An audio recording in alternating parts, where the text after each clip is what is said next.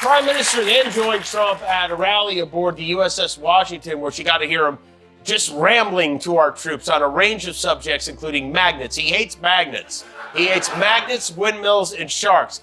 But he loves steam.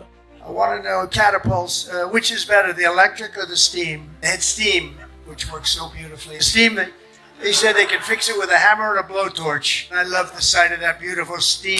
Vice President Maybelline was making the rounds, attempting to defend his boss and the chairman of the FCC with a new fairy tale, even a 5-year-old. Two things. First of all, I'd like them to tell me exactly what Brendan Carr did to have Jimmy Kimmel taken off the air, because number one, he is currently on the air, and to the extent that he isn't in certain stations, it's because he's not funny, because his rating. Trump's America has officially reached its peak absurdity arc, the kind where even the scriptwriters are begging for a reboot. Somehow, JD Vance went from peddling Rust Belt redemption stories to becoming Trump's most loyal cheerleader, smiling through catastrophe like he's auditioning for a Jimmy Kimmel didn't just roast them.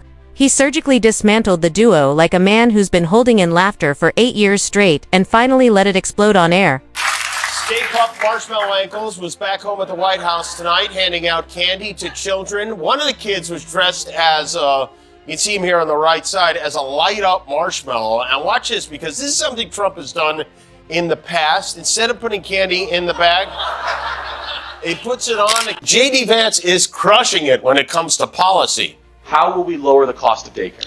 It's such an important question, Charlie. And I think one of the things that we can do is make it easier for family models to choose, or for families to choose whatever model they want, right? So one of the ways that you might be able to relieve a little bit of pressure on people who are paying so much for daycare is make it so that maybe like grandma or grandpa wants to help out a little bit more. Jimmy Kimmel hilarious reaction on JD Vance's daycare solution. His plan to lower costs is to guilt-trip grandma into free labor. Maybe there's an answer. Kimmel didn't need a punchline, he needed a mop. Trump's torrent of nonsense flooded the stage faster than campaign merch could roll off the printers. It's not a partnership, it's a never-ending blooper reel. Trump rants, Vance nods, America winces. Somewhere out there, a bald eagle quietly files for asylum. And when we run out of steam, we're going to oxen, big teams of beautiful oxen. He loves steam. And then he closed things out as only Donald Trump can.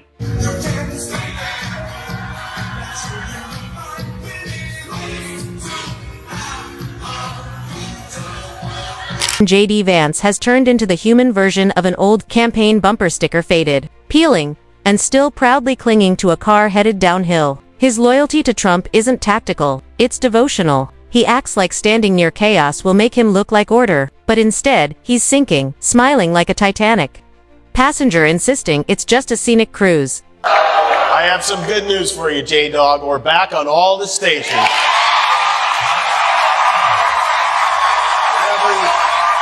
home, every bar, every strip club, and every prison in America.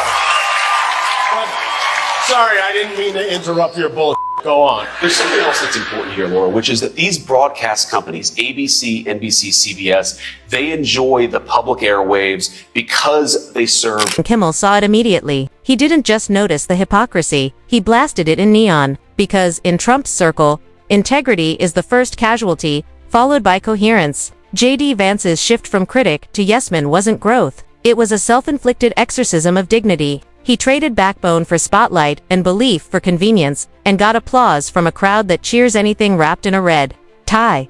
You know, we used to send the Dallas Cowboys cheerleaders on these USO tours. Now we have this. Meanwhile, while Trump's slurping noodles in Japan were on day 28 of his big, beautiful government shutdown, air traffic controllers missed their first paycheck today. So if you are visiting us from out of town, you live here now. And once upon a time, the USO sent cheerleaders to lift morale. Now we send JD Vance, while Trump slurps noodles overseas. America's knee-deep in a shutdown so long even air traffic controllers are missing paychecks. Kimmel compared it best. Trump treats the presidency like community theater.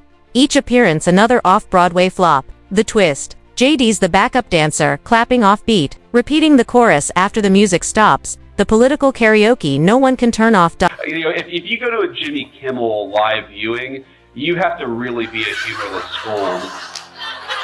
Did you hear what he just called you? He called you humorless scolds.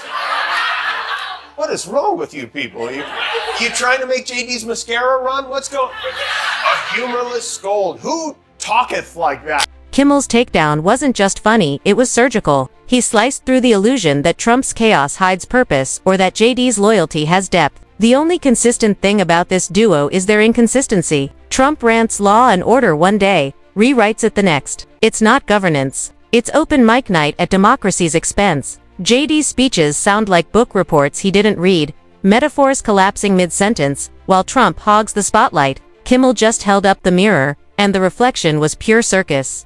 JD sweeping up after the elephant, calling it public service. Other than that, things were a little bit different this year because of the construction that's going on at the White House. They had to improvise a bit. They had to move around, and, they want to get that ballroom finished, so they just went right ahead with the demolition while the trick-or-treating was happening. The kids had fun, though. The Department of Agriculture was there, and kids love that. Handing out mini pumpkins, and the U.S. Postal Service was there with a Be Best postcard station. They gave the children Be Best postcards. I didn't know Be Best was still... Ironically, JD once posed as the rational Republican, a bridge between populism and sense. Now he's torching that bridge and roasting marshmallows over the flames. Trump doesn't earn loyalty, he devours it. Kimmel saw it. Not a movement, but a mutual addiction to applause. Each rally is a rerun. Recycled promises, rehearsed outrage, expired slogans. JD stands there smiling, convinced he's making history while everyone else knows it's a chapter future textbooks will skip. Trump spins every scandal as destiny. JD calls it wisdom. Kimmel calls it what it is. Denial dipped in delusion. Chaos spun like cotton candy while JD holds the stick. Everyone needs to just crack open a Bud Light and relax already. Even the vice president took a break from humping his ottoman to complain about, not just me, you. On Jimmy Kimmel's television program and on The Daily Show this week, you have audiences outright cheering, seeing the images of Teslas on fire across the country.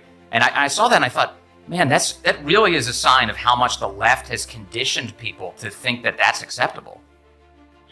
Yeah, though I will say in defense of the American people, Jimmy Kimmel's show is so unfunny and boring and left-wing that it's... Watching Trump and Vance campaign is like watching a magician argue with his assistant over who pulled the rabbit. Trump performs the illusion. JD claps first. It's not governance, it's performance art scored by confusion. Kimmel doesn't even need to write jokes anymore. The headlines do it for him. His roast worked because it didn't punch down, it punched straight through. Trump's turned politics into branding, and JD plays the unpaid intern mistaking chaos for mentorship. Kimmel just smirks, knowing you can't parody what's already parodying itself. Trump rewrites the scene. JD footnotes the nonsense. Comedy doesn't invent this, it polishes the mess until it sparkles. It was a bigly busy day for the president. This morning, or maybe it was last night, I don't know, he was in South Korea meeting with the president of China for trade negotiations, which, according to one expert who was there, went very, very well. I thought it was a great meeting. I think it was a very friendly meeting. It was a good meeting for two very large, powerful countries. Overall, I guess on the scale of from 0 to 10, with 10 being the best, I would say the meeting was a 12. Wow, it's even higher.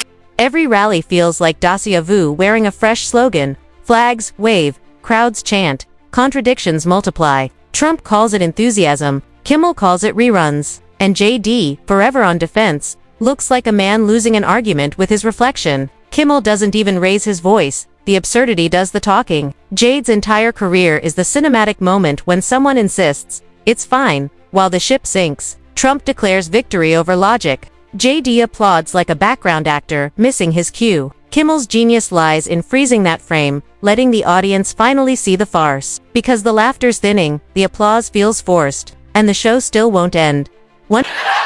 Archbishop of Canterbury? But go on. There are these judges. Judge Boasberg comes to mind. Lots of judges who are trying to basically say that the president can't exercise the powers of the presidency. You're an attorney. How do you assess the legal battles here? Yeah, I bet all those judges are huge fans of Jimmy Kimmel, by the way. But I think, Vince, that, one, we have an appeals process. Good one, JD. You shoehorn that. Kimmel tears down the illusion like a mirror held steady. He doesn't exaggerate, he doesn't need to. Once you stare long enough, the truth speaks for itself. What's left isn't leadership. It's theater, a rerun sold as revolution. Every Trump press circus becomes Kimmel's material, where absurdity replaces policy and shamelessness stands in for strength. This isn't politics, it's performance art that doesn't know when to exit. Trump bumbles, JD nods, and Kimmel minds irony sharper than any pundit's analysis. The tragedy is the audience, a country trapped in a drama it never auditioned for, applauding motion without meaning.